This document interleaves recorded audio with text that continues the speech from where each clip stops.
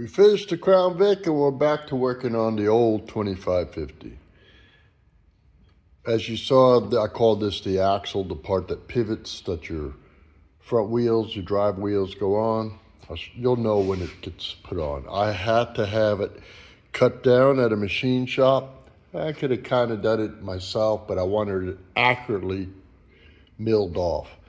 I had to myself, because they forgot, it's an older machine shop, I had to drill and tap a new grease fitting. They got new bushings inside. I pumped the grease in there already. They put the new bushings in here. And the reason why we cut it down, so somebody that's first time seeing this, is we thickened this up. Remember, we plated it on both sides because that whole axle rides on here, and this backside is where a lot of the wear, and you get your flop in the old 2550. So we're upgrading this so it won't wear out. And we've got the newer pin. The newer pin uses at the backside. I've showed you this before, but I'm just reviewing stuff. Goes in, and on the back side of it, instead of the old system had a bolt that went in here and a washer, this goes through, has a castle nut and a cotter pin. So we'll put this together, slide it on, and our next deal that we're going to be doing is just bringing you up to speed. These are what your hydraulic drive motors go on that axle. We thickened up. This is where your steering goes on with the Heims joints and with all the pulling and steering. I noticed it on the new ones also. They kind of wear out and wobble out. My machine shop drilled the wrong holes because these are the original holes. They used to use bolts with threads on them, and threads would wear out and they weeble wobble after a while, slop. So the newer ones went to this system here, which is a shoulder bolt. These are about grade 10 in strength. I went to a longer one. We thickened this up. This is how thick it originally was. We double plated it, okay?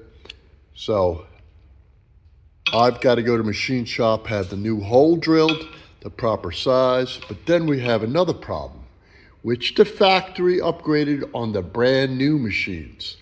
Showed you another video, but I'll go out there and show you. On the new ones, they've cut out a little bit of here so your bolt, you can actually get the bolt in. Now see, I'm using a shoulder bolt, I can't get it in. So, with this cut out, you have a better access to be able to tilt right in and go through. I'll show you what we're talking about. Here we are. This is the same plate mounted. This is on a newer machine. See how they cut this? So you have access for the bolt to go straight down. So that's all we're gonna do. We're gonna take the old one and modify it because it's actually the same deal. Axle. I did do something different, okay? The newer one has a bigger bolt hole, the pin, the upgraded pin, to go through here. So what I did was, after I got my pin in there, lined everything up, welded everything, I re-drilled the hole bigger and tapped it with the bigger size bolt. So let me put this part together, then we're gonna jump over there and I'll show you how I cut that. I could cut it with a plasma, which, how many guys really have plasmas? Not very many. I'll just cut it with an angled grinder and a cutting disc. And we'll clean it up. That still has to go back to the machine shop to have it re-drilled for the bigger shoulder bolts and the size of a bushing. So that'll be done this week. And by the end next weekend, hopefully, because it's so hot out there, guys, and I come home tired, I'll have the whole axle system mounted and the drive motors on there. And I won't have the wheels on it because I'm going to order some brand new, I don't know, I might use those newer design ones I got there. I'm not sure. But I'm going to have new tires put on it because the old tires are wiped out. So why am I going to go mounting everything and then put old tires on it, right? So stay with me and then I'll show you that. And right now we'll cut away and I'll tell you who won the t-shirt. And next week we'll start another t-shirt giveaway. All right, let's see who won the t-shirt.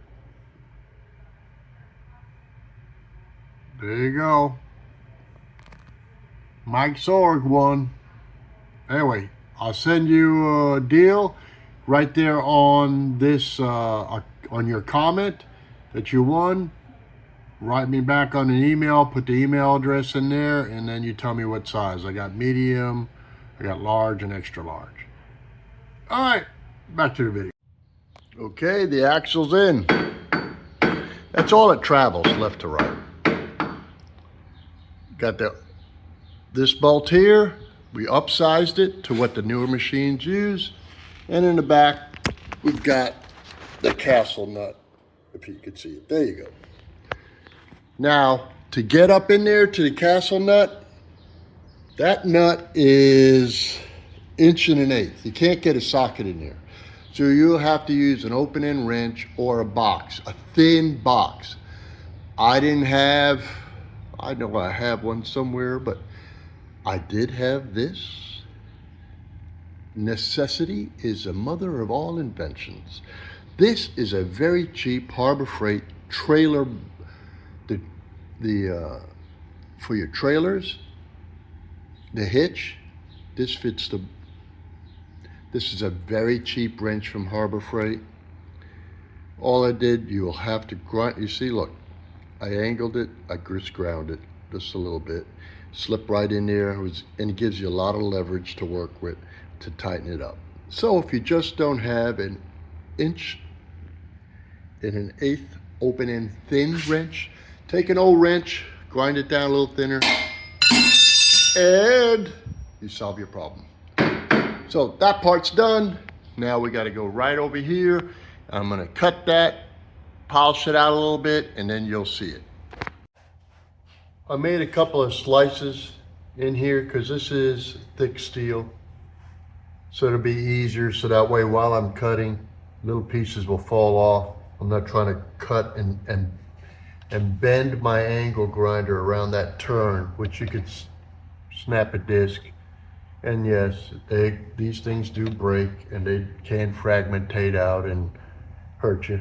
So I am wearing safety glasses. I am wearing hearing protection, which I'm talking to you through. This is the ISO tunes I used for years. All right, so I'm gonna put a pair of gloves on, and I'm not gonna film me cutting this because what? Come on. You can cut this. I'm just showing you what I'm using. This is a Bauer. You can use a freaking $20 one. This is a 4.5" angle grinder with a cut-off disc. All right, so be careful when you use these. I don't have a shield on it because gotta be honest with you, I'm ambidextrous, so I like to use it this way. And somebody on YouTube's gonna say, you're cutting the wrong way, blah, blah, blah, blah, blah, blah, blah. I understand. You do it your way, I do it my way. It's just, hey, been doing this a long time. I try to give you all the safety things. You know, I don't have the shield cover on this because I use this for a lot of things. And just the way I roll. You don't have to follow me. But I'm just telling you how I'm cutting this. I'll show you in the end that I'm gonna change. After I cut this, I'm gonna change to one of these flappers, smooth it out nice. And then I'll show you how it freed up the access to this to where you'll understand the true meaning of why I'm doing this today. All right, so I showed you a couple little tricks this morning. I'm gonna finish cutting this one, and then, hey, we'll all have a great week. It's 4th of July week. A lot of people are being off from Thursday to Sunday. Mamma mia. You know, I don't know how these people pay their bills if they're always on vacation, but it's all right, eh? So let's do this and go to the next step.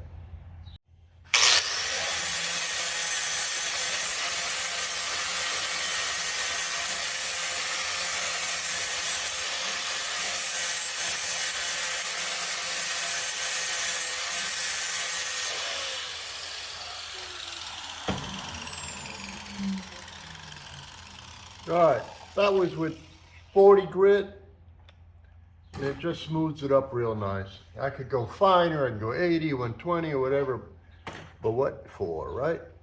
Now, I'm gonna take the camera off the stand and show you why we really did this so you can see. All right, here's a shoulder bolt. Now this is the wrong size. This is actually the size I need to go to, so we're gonna have those at the machine shop re-drilled out for me. Now, you see we cut out it looks like we cut out a lot, but we didn't. I showed you and you've watched the video. This is why, so you can have access to where from the top you can get your bolt in. You slide in and go in. With that piece going straight across here, you can't. All right, you can get it in the old way for the old, if you didn't, if you didn't upgrade to a bigger shoulder bolt, and these are the old ones to where they used regular type bolts. So we're making everything heavy duty here. And also when I have these drilled out, there'll be, let me find one. I don't want to leave you guys out here. I know I got one sitting on this bench, and good Lord, I got to clean my shop. There'll be a crush bushing, okay? And the crush bushing, this is a big one, but this is what they look like. Okay, so it'd be drilled to a proper hole, a crush bushing, not this one just like it, will go in that hole. And so this will wear, not the metal. And then when this starts getting sloppy, you can pull the shoulder bolt out, change these out, very easy to change out. When they get sloppy, they basically fall out. But anyway,